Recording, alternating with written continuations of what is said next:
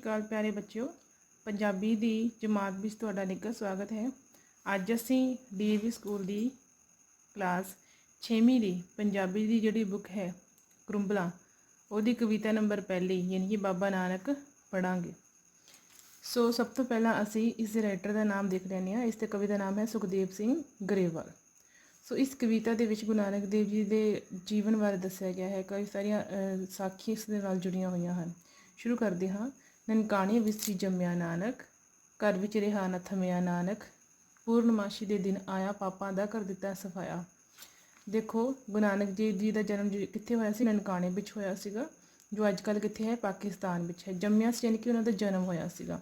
ਘਰ ਵਿੱਚ ਰਿਹਾ ਨਾ ਥਮਿਆ ਨਾਨਕ ਯਾਨੀ ਕਿ ਉਹ ਘਰੇ ਨਹੀਂ ਸੀ ਬੈਠੇ, ਉਹਨਾਂ ਨੇ 4 ਉਦਾਸੀਆਂ ਕੀਤਾ ਅਤੇ ਮਾਨਵਤਾ ਦੇ ਭਲੇ ਵਾਸਤੇ ਉਹਨਾਂ ਨੇ ਪ੍ਰਚਾਰ ਕੀਤਾ। ਪੂਰਨਮਾਸ਼ੀ ਦੇ ਦਿਨ ਆਇਆ ਯਾਨੀ ਕਿ ਉਹਨਾਂ ਦਾ ਜਨਮ ਪੂਰਨਮਾਸ਼ੀ ਵਾਲੇ ਦਿਨ ਹੋਇਆ ਸੀ। ਪਾਪਾਂ ਦਾ ਕਰ ਦਿੱਤਾ ਸਫਾਇਆ, ਉਹਨਾਂ ਦਾ ਜਨਮ ਦੁਨੀਆ 'ਤੇ ਜੋ ਪਾਪ ਵੱਧ ਗਏ ਸੀ ਉਹਨਾਂ ਦਾ ਸਫਾਇਆ ਕਰਨ ਲਈ ਹੋਇਆ ਸੀਗਾ। ਕਾਲੂ ਦੇ ਘਰ ਜਨਮ ਧਾਰ ਕੇ, ਲੰਘਿਆ ਬਚਪਨ ਪਸ਼ੂ ਚਾਰ ਕੇ। ਉਹਨਾਂ ਦੇ ਪਿਤਾ ਦਾ ਨਾਮ ਸੀ ਮਹਿਤਾ ਕਾਲੂ। ਸੋ ਕਾਲੂ ਦੇ ਘਰ ਉਹਨਾਂ ਦਾ ਜਨਮ ਹੋਇਆ, ਲੰਘਿਆ ਬਚਪਨ ਪਸ਼ੂ ਚਾਰ ਕੇ। ਜਦੋਂ ਉਹਨਾਂ ਦੇ ਪਿਤਾ ਨੇ ਦੇਖਿਆ ਕਿ ਜੋ ਬਾਬਾ ਨਾਨਕ ਸੀ, ਜਦੋਂ ਨਾਨਕ ਸੀ ਛੋਟੇ ਹੁੰਦੇ, ਉਹਨਾਂ ਦਾ ਮਨ ਨਾ ਪੜ੍ਹਾਈ 'ਚ ਲੱਗ ਰਿਹਾ ਸੀ ਨਾ ਕਿਸੇ ਹੋਰ ਕੰਮਾਂ ਵਿੱਚ ਲੱਗ ਰਿਹਾ ਸੀ, ਅਤੇ ਉਹਨਾਂ ਨੂੰ ਆਖਰ ਉਹਨਾਂ ਨੇ ਕਿਹਾ ਸੀਗਾ ਕਿ ਪਸ਼ੂ ਚਾਰ ਕੇ ਲਿਆਓ। ਸੋ ਉਹਨਾਂ ਦਾ ਬਚਪਨ ਦਾ ਮੋਸਟਲੀ ਟਾਈਮ ਕਿੱਦਾਂ ਲੰਘਿਆ? ਪਸ਼ੂ ਚਾਰ ਕੇ ਲੰਘਿਆ। ਨੈਕਸਟ ਦੇਖੋ, ਨਾਗ ਨੇ ਕੀਤੀ ਸਿਰ 'ਤੇ ਛਾਇਆ, ਪੜ੍ਹਨੇ ਗਿਆ ਪੜ੍ਹਾ ਕੇ ਆਇਆ। ਦੇਖੋ, ਇੱਕ ਵਾਰ ਕੀ ਸੀਗਾ, ਇਹ ਦੇਖੋ ਸਾਰੇ ਜਿਹੜੀਆਂ 2-2 ਲਾਈਨਸ ਆ, ਇਹ ਲਾਈਨਸ ਇਸ ਜਿਹੜੀ ਵੀਡੀਓ ਹੈ ਹੋ ਸਕਦਾ ਇਹਦੇ 2 ਜਾਂ 3 ਪਾਰਟ ਮੈਨੂੰ ਬਣਾਉਣੇ ਪੈਣ, ਕਿਉਂਕਿ 2 ਲਾਈਨਾਂ ਦੇ ਵਿੱਚ ਇੱਕ ਸਾਖੀ ਛੁਪੀ ਹੋਈ ਆ।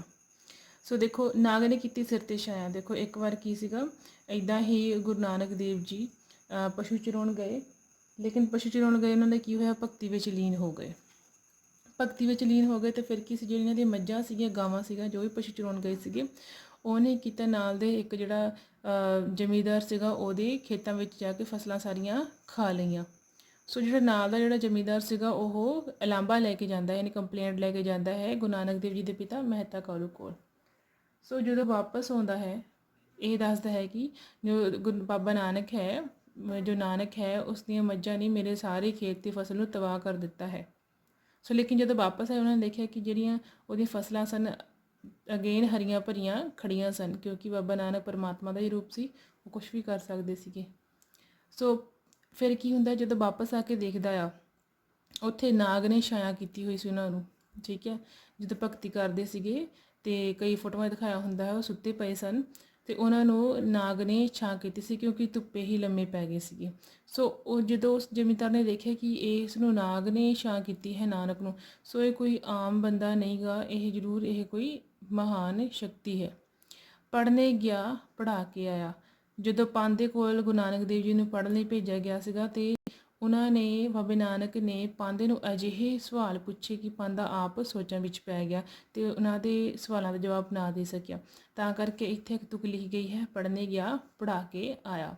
ਭੁੱਖਿਆ ਤਾਂ ਹੀ ਭੋਜਨ ਕਰਾਇਆ, ਸੱਚਾ ਸੌਦਾ ਕਰਕੇ ਆਇਆ। ਫਿਰ ਕੀ ਕੀਤਾ, ਜੋ ਨਾਨਕ ਜੀ ਦੇ ਪਿਤਾ ਜੀ ਸਨ ਮਹਿਤਾ ਕਾਲੂ, ਉਹਨਾਂ ਨੇ ਕੀ ਕੀਤਾ, ਉਹਨਾਂ ਨੂੰ 20 ਰੁਪਏ ਦਿੱਤੇ। 20 ਰੁਪਏ ਉਸ ਟਾਈਮ ਬਹੁਤ ਵੱਡੀ ਰਕਮ ਹੁੰਦੀ ਸੀ, ਜੇ ਕੋਈ ਬਿਜ਼ਨਸ ਸ਼ੁਰੂ ਕਰਨਾ ਸੀਗਾ, ਕੋਈ ਵਪਾਰ ਸ਼ੁਰੂ ਕਰਨਾ ਸੀਗਾ। ਸੋ 20 ਰੁਪਏ ਦਿੱਤੇ ਕਿ ਨਾਨਕ ਨੂੰ, ਬਾਬੇ ਨਾਨਕ ਨੂੰ, ਕਿ ਕੋਈ ਡੀਲ ਕਰਕੇ ਆਓ, ਕੋਈ ਬਿਜ਼ਨਸ ਕਰਕੇ ਆਓ, ਕੋਈ ਧੰਦਾ ਸ਼ੁਰੂ ਕਰੋ। ਲੇਕਿਨ ਜਿੱਦਾਂ ਹੀ ਉਹ ਘਰੋਂ ਨਿਕਲੇ, ਉਹਨਾਂ ਨੇ ਦੇਖਿਆ ਕਿ ਕਾਫੀ ਵੱਡੀ ਤਾਦਾਦ ਵਿੱਚ ਭੁੱਖੇ ਸਾਧੂ ਭਟਕ ਰਹੇ ਸਨ। ਉਹਨਾਂ ਨੇ ਕੀਤਾ, ਉਹਨਾਂ 20 ਰੁਪਈਆਂ ਦਾ ਉਹਨਾਂ ਨੂੰ ਭੋਜਨ ਕਰਾ ਦਿੱਤਾ ਅਤੇ ਘਰ ਪਰਤ ਆਏ। ਅਤੇ ਜਦੋਂ ਉਹਨਾਂ ਦੇ ਪਿਤਾ ਜੀ ਨੇ ਪੁੱਛਿਆ ਕਿ ਤੂੰ ਕੀ ਡੀਲ ਕਰਕੇ ਆਏ, ਕੀ ਬਿਜ਼ਨਸ ਕਰਕੇ ਆਏ, ਕੀ ਖੱਟੀ ਕਰਕੇ ਆਏ, ਸੋ ਬਾਬੇ ਨਾਨਕ ਜੀ ਨੇ ਸਾਰੀ ਜੋ ਵਾਪਰੀ ਸੀ ਉਹਨਾਂ ਨਾਲ, ਜੋ ਉਹਨਾਂ ਨੇ ਉਸ 20 ਰੁਪਏ ਨਾਲ ਕੀਤਾ, ਉਹ ਸਾਰਾ ਮਹਿਤਾ ਕਾਲੂ ਜੀ ਨੂੰ ਦੱਸ ਦਿੱਤਾ। ਸੋ ਉਹਨਾਂ ਨੇ ਕਿਹਾ ਕਿ ਮੈਂ ਭੁੱਖੇ ਸਾਧੂਆਂ ਨੂੰ ਭੋਜਨ ਕਰਾ ਦਿੱਤਾ, ਇਹੀ ਮੇਰੇ ਲਈ ਸੱਚਾ ਸੌਦਾ, ਇਹੀ ਮੈਂ ਆਪਣਾ ਬਿਜ਼ਨਸ ਕਰਕੇ ਆਇਆ ਹਾਂ। ਸੁਲਤਾਨਪੁਰ ਲੋਧੀ ਸੀ ਫਿਰ ਆਇਆ, ਤੇਰਾ ਤੇਰਾ ਕਹਿ ਕੇ ਵੰਡਾਇਆ। ਫਿਰ ਉਹਨਾਂ ਨੇ ਦੇਖਿਆ ਮਹਿਤਾ ਕਾਲੂ ਜੀ ਨੇ ਵੀ ਕੋਈ ਬਿਜ਼ਨਸ ਵੀ ਨਹੀਂ ਸ਼ੁਰੂ ਕੀਤਾ, ਨਾ ਕੋਈ ਪੜ੍ਹਾਈ ਕੀਤੀ ਆ, ਕਿਸੇ ਪਾਸੇ ਨਹੀਂ ਨਾਨਕ ਦਾ ਧਿਆਨ ਲੱਗ ਰਿਹਾ।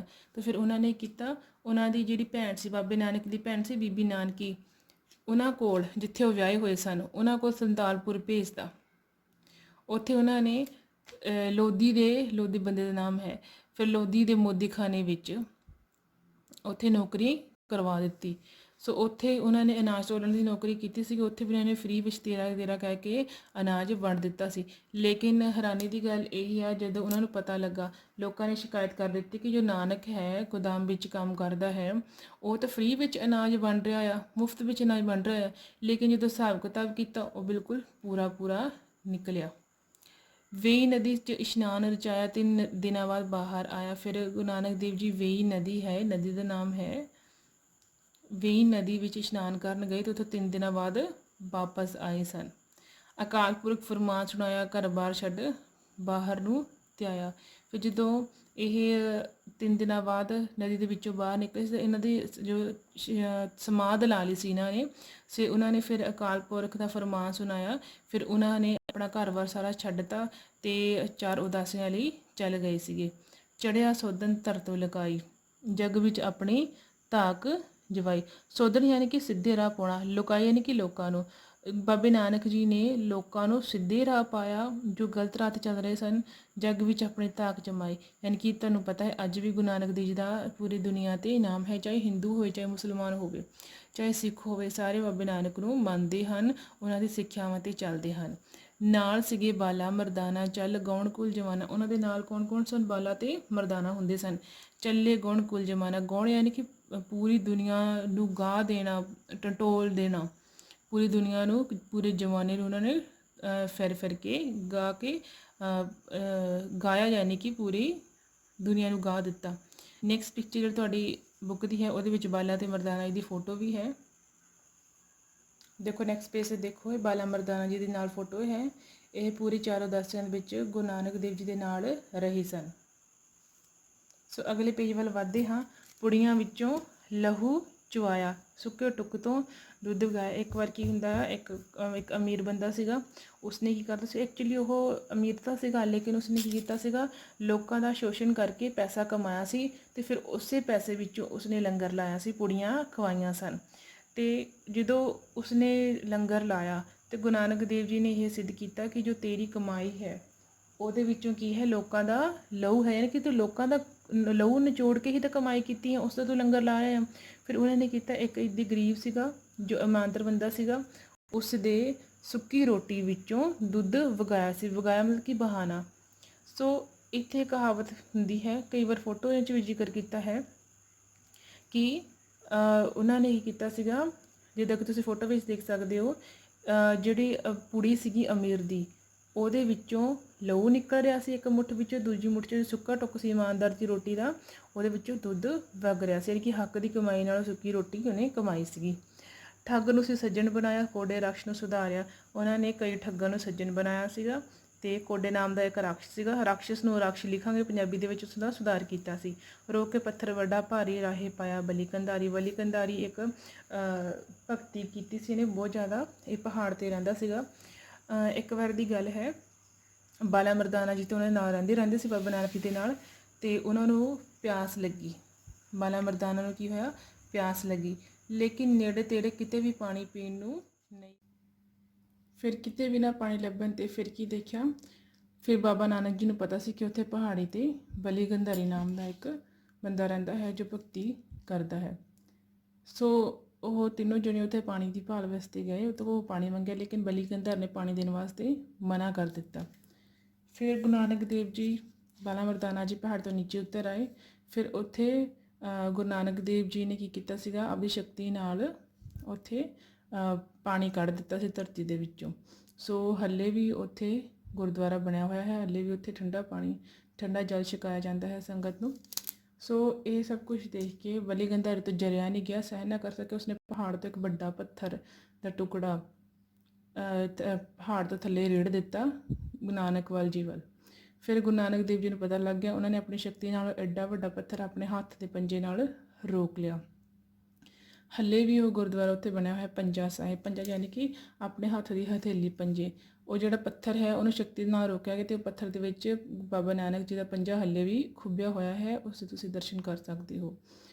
ਅੱਗੇ ਦੇਖੋ ਫਿਰ ਕੀ ਹੋਇਆ, ਬਲੀ ਗੰਧਾਰ ਨੂੰ ਪਤਾ ਲੱਗ ਗਿਆ ਕਿ ਇਹ ਕੋਈ ਆਮ ਬੰਦਾ ਨਹੀਂ ਆ, ਇਹ ਕੋਈ ਸ਼ਕਤੀ ਦਾ ਮਾਲਕ ਹੈ, ਪਰਮਾਤਮਾ ਹੈ, ਅਤੇ ਬਲੀ ਗੰਧਾਰੀ ਗੁਰੂ ਨਾਨਕ ਦੇਵ ਜੀ ਦੇ ਪੈਰੀ ਪੈ ਗਿਆ।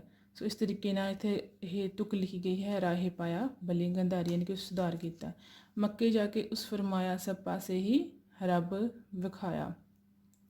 ਮੱਕੇ ਦੀ ਮਜ਼ਾਰ 'ਤੇ ਦੇਖੋ ਮੁਸਲਮਾਨ ਲੋਕੀ ਜਾਂਦੇ ਨੇ। ਉੱਥੇ ਕੀ ਸੀਗਾ, ਜੇ ਮੱਕੇ ਚਲੇ ਗਏ ਗੁਰੂ ਨਾਨਕ ਦੇਵ ਜੀ 4 ਉਦਾਸੀਆਂ ਦੇ ਦੌਰਾਨ, ਉਹਨਾਂ ਨੇ ਕੀਤਾ ਜਾਣਬੁੱਝ ਕੇ ਮੱਕੇ ਵੱਲ ਪੈਰ ਕਰਕੇ ਬੈਠ ਗਏ। ਉੱਥੇ ਕਿਸੇ ਬਜ਼ੁਰਗ ਨੇ ਕਿਹਾ ਕਿ ਜੋ ਦੇਖੋ ਨਾ ਸਿਆਣਾ ਲੱਗਦਾ ਹੈ, ਤੂੰ ਮੱਕੇ ਵੱਲ ਪੈਰ ਕਰਕੇ ਕਿਉਂ ਬੈਠਾ ਹੈ, ਮਜ਼ਾਰ ਵੱਲ ਪੈਰ ਕਰਕੇ ਕਿਉਂ ਬੈਠਾ ਹੈ। ਫਿਰ ਗੁਰੂ ਨਾਨਕ ਦੇਵ ਜੀ ਨੇ ਕੀ ਕੀਤਾ, ਆਪਣੇ ਪੈਰ ਦੂਜੇ ਪਾਸੇ ਘੁਮਾ ਲਏ, ਦੂਜੀ ਦਿਸ਼ਾ ਵਿੱਚ ਘੁਮਾ ਲਏ। ਉਸ ਦੇ ਨਾਲ ਕੀ ਹੋਇਆ, ਮੱਕਾ ਜੋ ਸੀਗਾ ਪੂਰਾ ਖੁਦ ਹੀ ਘੁੰਮ ਗਿਆ ਸੀਗਾ, ਬਾਬਾ ਨਾਨਕ ਜੀ ਦੇ ਪੈਰਾਂ ਵੱਲ ਘੁੰਮ ਗਿਆ ਸੀਗਾ। ਇਹ ਦੇਖ ਕੇ ਤਾਂ ਉਹ ਬਜ਼ੁਰਗ ਜੀ ਨੇ ਗੁਰੂ ਨਾਨਕ ਦੇਵ ਜੀ ਨੂੰ ਟੋਕਿਆ ਸੀ ਤਾਂ ਹੱਕਾ ਬੱਕਾ ਰਹਿ ਗਿਆ, ਉਹ ਵੀ ਗੁਰੂ ਨਾਨਕ ਦੇਵ ਜੀ ਚਰਨੀ ਪੈ ਗਿਆ। ਸੋ ਸਭ ਪਾਸੇ ਹੀ ਰੱਬ ਖਾਇਆ। ਸੋ ਗੁਰੂ ਨਾਨਕ ਦੇਵ ਜੀ ਨੇ ਇਸ ਨਾਲ ਇਹ ਸਿੱਧ ਕੀਤਾ ਕਿ ਜਿੱਧਰ ਗੁਰਦੁਆਰਾ ਬਣਿਆ ਹੋਇਆ ਹੈ ਜਾਂ ਜਿੱਧਰ ਮੰਦਿਰ ਬਣਿਆ ਹੋਇਆ ਹੈ, ਮੂਰਤੀ ਦੀ ਸਥਾਪਨਾ ਕੀਤੀ ਗਈ ਹੈ, ਸਿਰਫ ਉੱਧਰ ਹੀ ਪਰਮਾਤਮਾ ਨਹੀਂ ਹੁੰਦਾ, ਪਰਮਾਤਮਾ ਹਰ ਪਾਸੇ ਹੁੰਦਾ ਹੈ, ਹਰ ਦਿਸ਼ਾ ਵਿੱਚ ਹੁੰਦਾ ਹੈ ਅਤੇ ਹਰ ਕਣ ਕਣ ਵਿੱਚ ਹੁੰਦਾ ਹੈ। ਊਚ ਨੀਚ ਦਾ ਫਰਕ ਮਿਟਾਇਆ, ਮਾਨਵਤਾ ਦਾ ਪਾਠ ਪੜ੍ਹਾਇਆ। ਉਹਨਾਂ ਨੇ ਊਚ ਨੀਚ ਦਾ ਫਰਕ ਮਿਟਾਇਆ, ਜਾਤੀ ਪਾਤੀ ਦਾ ਫਰਕ ਮਿਟਾਇਆ। ਜਦੋਂ ਗੁਰੂ ਨਾਨਕ ਦੇਵ ਜੀ ਦਾ ਜਨਮ ਹੋਇਆ ਸੀਗਾ, ਯਾਨੀ ਕਿ ਉਹਨਾਂ ਨੇ ਰੂਪ ਧਾਰਿਆ ਸੀਗਾ, ਇਨਸਾਨੀ ਰੂਪ ਧਾਰ ਕੇ ਆਏ ਸਨ, ਉਦੋਂ ਕੀ ਸੀਗਾ, ਇੰਨੇ ਮਾੜੇ ਹਾਲਾਤ ਸੀਗੇ ਕਿ ਜਿਹੜੀ ਨੀਚੀ ਜਾਤੀ ਦੇ ਜਿਹੜੇ ਲੋਕ ਸੀ ਉਹਨਾਂ ਨੂੰ ਇਹ ਫਰਮਾਨ ਹੁੰਦਾ ਸੀ ਕਿ ਤੁਸੀਂ ਜਦੋਂ ਵੀ ਘਰੋਂ ਨਿਕਲਣਾ ਹੈ, ਤੁਸੀਂ ਆਪਣੇ ਗਲ ਦੇ ਵਿੱਚ ਢੋਲ ਬਣ ਕੇ ਰੱਖਣਾ ਹੈ ਤੇ ਢੋਲ ਵਜਾਉਣਾ ਹੈ, ਤਾਂ ਕਿ ਸਾਨੂੰ ਉੱਚੀ ਜਾਤੀ ਦੇ ਲੋਕਾਂ ਨੂੰ ਪਤਾ ਲੱਗ ਜੇ ਕਿ ਤੂੰ ਬਾਹਰ ਨਿਕਲ ਰਿਹਾ ਹੈ ਤੇ ਅਸੀਂ ਤੇਰਾ ਚਿਹਰਾ ਵੀ ਨਾ ਦੇਖ ਸਕੀਏ। ਸੋ ਇੰਨੇ ਮਾੜੇ ਹਾਲਾਤ ਸਨ ਉਦੋਂ। ਸੋ ਗੁਰੂ ਨਾਨਕ ਦੇਵ ਜੀ ਨੇ ਇਹ ਸਾਰੇ ਜੋ ਊਚ ਨੀਚ ਦਾ ਭੇਦਭਾਵ ਸੀ ਇਸ ਨੂੰ ਮਿਟਾਇਆ, ਮਾਨਵਤਾ ਦਾ ਪਾਠ ਪੜ੍ਹਾਇਆ ਕਿ ਅਸੀਂ ਸਾਰੇ ਇੱਕੋ ਹੀ ਮਾਲਕ ਦੇ ਸਿਰਜੇ ਹੋਏ ਹਾਂ। ਏਕ ਨੂਰ ਤੇ ਸਭ ਜਗ ਉਪਜਾ, ਕੌਣ ਭਲਾ ਕੋ ਮੰਦਾ। ਕੋਈ ਚੰਗਾ ਕੋਈ ਮੰਦਾ ਨਹੀਂ ਹੈ, ਕੋਈ ਉੱਚੀ ਨੀਵੀਂ ਜਾਤੀ ਦਾ ਇਹਦਾ ਸੰਬੰਧ ਨਹੀਂ ਰੱਖਦਾ ਹੈ। ਮਾਨਵ ਨੂੰ ਮਾਲਮ ਦੇ ਨਾਲ ਪਿਆਰ ਕਰਨਾ ਚਾਹੀਦਾ ਹੈ। ਔਰਤ ਨੂੰ ਇੱਜ਼ਤ ਦਿਲਵਾਈ, ਧੰਨ ਨਾਨਕ ਤੇਰੀ ਵੱਡੀ ਕਮਾਈ। ਉਸ ਵੇਲੇ ਔਰਤ ਦੀ ਕੋਈ ਜ਼ਿਆਦਾ ਇੱਜ਼ਤ ਨਹੀਂ ਸੀਗੀ। ਸੋ ਔਰਤ ਵਾਸਤੇ ਉਹਨਾਂ ਨੇ ਬਾਣੀ ਲਿਖੀ ਸੀਗੀ, ਭੰਡ ਜੰਮੀਏ ਭੰਡ ਨਿੰਮੀਏ, ਭੰਡ ਮੰਗਣ ਵਿਆਹ। ਅਤੇ ਭੰਡ ਮਤਲਬ ਇੱਥੇ ਔਰਤ ਨਾਲ ਹੈ ਕਿ ਔਰਤ ਹੀ ਰਾਜਾ ਨੂੰ ਜਨਮ ਦਿੰਦੀ ਹੈ, ਔਰਤ ਨਾਲ ਹੀ ਸਾਰੇ ਸੰਬੰਧ ਹੈ, ਔਰਤ ਨਾਲ ਹੀ ਰਿਸ਼ਤਾ ਜੁੜਦਾ ਹੈ, ਔਰਤ ਨਾਲ ਹੀ ਵਿਆਹ ਹੁੰਦਾ ਹੈ, ਔਰਤ ਹੀ ਬੱਚਿਆਂ ਨੂੰ ਜਨਮ ਦਿੰਦੀ ਹੈ। ਸੋ ਔਰਤ ਨੂੰ ਮਾੜਾ ਕਿਉਂ ਆਖਿਆ ਜਾਂਦਾ ਹੈ। ਧੰਨ ਨਾਨਕ ਤੇਰੀ ਵੱਡੀ ਕਮਾਈ। ਉਸਨੇ ਬਾਣੀ ਰਚੀ ਇਲਾਹੀ, ਗੁਰੂ ਗ੍ਰੰਥ ਹੈ ਜੀ ਦੀ ਗਵਾਈ। ਉਹਨਾਂ ਨੇ ਇਲਾਹੀ ਬਾਣੀ ਰਚੀ। ਜਦੋਂ ਦੇਖੋ ਰਬਾਬ ਵਜਾਈ ਜਾਂਦੀ ਸੀਗੀ ਅਤੇ ਇਹਨਾਂ ਨੂੰ ਉੱਤੋਂ ਹੀ, ਯਾਨੀ ਕਿ ਪਰਮਾਤਮਾ ਕੋਲੋਂ ਬਾਣੀ ਸੁਣਦੀ ਸੀ, ਉੱਤੋਂ ਹੀ ਸਿੱਧੀ। ਇਲਾਹੀ ਬਾਣੀ ਦਾ ਮਤਲਬ ਹੈ ਕਿ ਉਹਨਾਂ ਨੇ ਖੁਦ ਬਾਣੀ ਨਹੀਂ ਸੀ ਲਿਖੀ, ਉਹਨਾਂ ਨੇ ਕੋਈ ਵੀ ਬਾਣੀ ਖੁਦ ਨਹੀਂ ਸੀ ਲਿਖੀ। ਜਦੋਂ ਵੀ ਰਬਾਬ ਵੱਜਦੀ ਸੀ ਉਹਨਾਂ ਨੂੰ ਆਪਣੇ ਆਪ ਬਾਣੀ ਸੁਣਦੀ ਸੀਗੀ। ਉਹਨਾਂ ਨੇ ਦੇਖੋ, ਜੇ ਗੁਰੂ ਗ੍ਰੰਥ ਸਾਹਿਬ ਦੇ ਵਿੱਚ ਸਾਰੇ ਗੁਰੂਆਂ ਦੀ ਬਾਣੀ ਹੈ, ਇਹਦਾ ਮਹੱਲਾ ਪਹਿਲਾ ਮਹੱਲਾ ਦੂਜਾ। ਮਹੱਲਾ ਦਾ ਮਤਲਬ ਹੈ ਕਿ ਗੁਰੂ ਨਾਨਕ ਦੇਵ ਜੀ ਬਾਣੀ ਪਹਿਲੀ, ਜੇ ਦੂਜਾ ਹੈ ਤੇ ਦੂਜੇ ਗੁਰੂ ਦੀ ਬਾਣੀ, ਜੇ ਨੌਵਾਂ ਹੈ ਤੇ ਗੁਰੂ ਤੇਗ ਬਹਾਦਰ ਜੀ ਦੀ ਬਾਣੀ। ਸੋ ਸਾਰੇ ਗੁਰੂਆਂ ਦੀ ਬਾਣੀ ਗੁਰੂ ਗ੍ਰੰਥ ਸਾਹਿਬ ਦੇ ਵਿੱਚ ਦਰਜ ਹੈ। ਸੋ ਕਹਿ ਰਿਹਾ ਗੁਰੂ ਗ੍ਰੰਥ ਹੈ ਜੀ ਦੀ ਗਵਾਹੀ। ਐਸੇ ਲਈ ਨਿਆਰਾ ਨਾਨਕ, ਐਸੇ ਲਈ ਜੋ ਨਾਨਕ ਹੈ, ਬਾਬਾ ਨਾਨਕ ਜੀ ਸਭ ਨਾਲੋਂ ਅੱਡ ਹਨ, ਯਾਨੀ ਕਿ ਉਹ ਸਾਰਿਆਂ ਵਾਸਤੇ ਸਾਰੇ ਧਰਮਾਂ ਵਿੱਚ ਬਰਾਬਰ ਮੰਨੇ ਜਾਂਦੇ ਹਨ। ਸਭ ਧਰਮਾਂ ਦਾ ਪਿਆਰਾ ਨਾਨਕ। ਉਮੀਦ ਕਰਦੀ ਹਾਂ ਕਿ ਤੁਹਾਨੂੰ ਇਹ ਕਵਿਤਾ ਚੰਗੀ ਤਰ੍ਹਾਂ ਸਮਝ ਆ ਗਈ ਹੋਵੇਗੀ। ਧੰਨਵਾਦ।